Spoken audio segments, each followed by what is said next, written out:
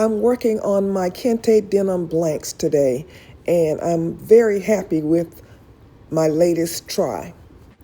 In my last attempt, my foil didn't come out the way that I wanted it to, so I tried a different method.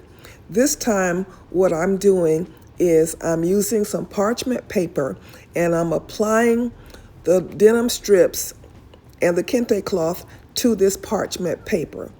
Once I get all of the strips on, I'm going to add my stencil.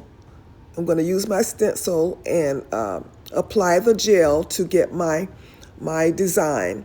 And then I'm going to run this sheet through my my hot foil machine to see what happens.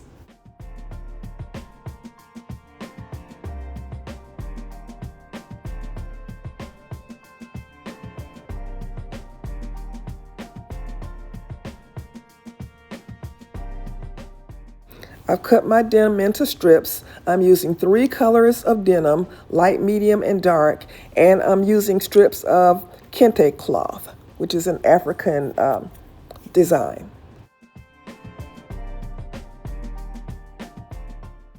I'm using white glue to attach my fabric to this parchment paper. The Juneteenth celebration is next month, and I'm just thinking that people are really gonna love wearing these earrings to celebrate Juneteenth.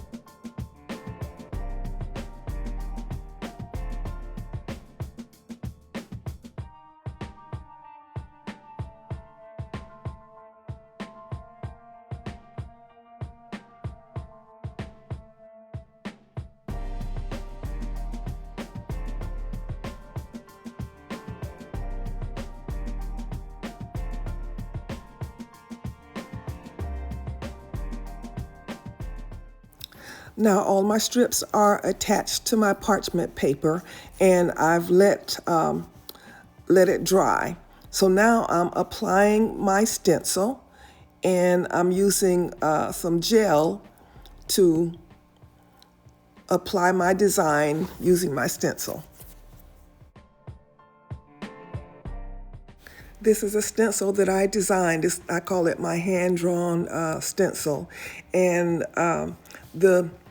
the file is available for sale. The SVG file is available for sale.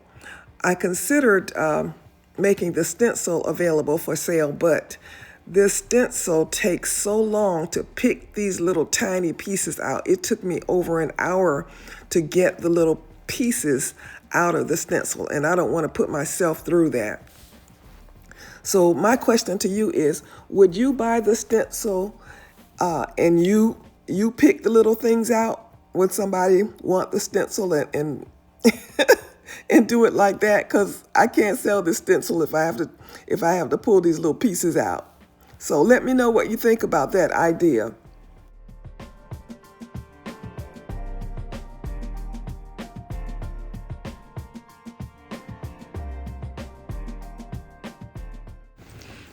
Okay, so the design printed nicely. So let's see what happens when we let it dry and then put the foil on it. Okay, so I'm getting ready to apply my foil, and I'm going to run this through my Heidi Swap mink machine because it's nice and wide. It's about 13 inches wide, so I can run this piece through there without any problem.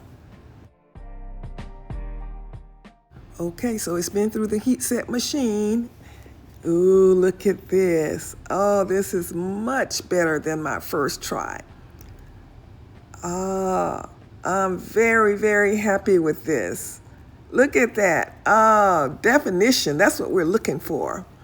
All right, time for the next step.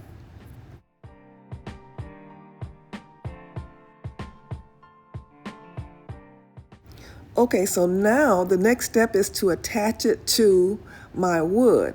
I'm going to remove this parchment paper and then use my white glue to attach my fabric to my wood.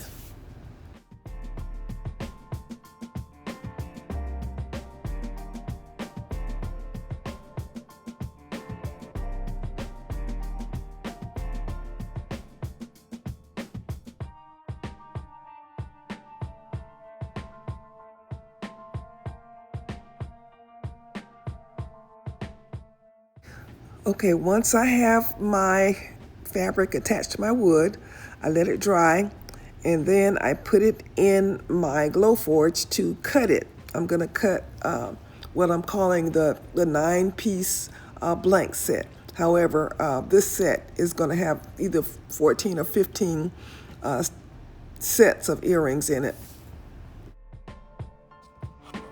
This is a comparison of my first try and my second try of putting my foil on this.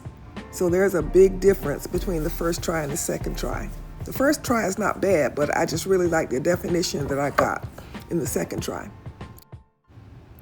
Here is a set without the gold foil. So I have 2 sets of these blanks available. I have this set that is without the foil, and I have another set that has the foil on it. So I really only have 2 sets available. So if you want these, there's going to be a link in the description where you can get them.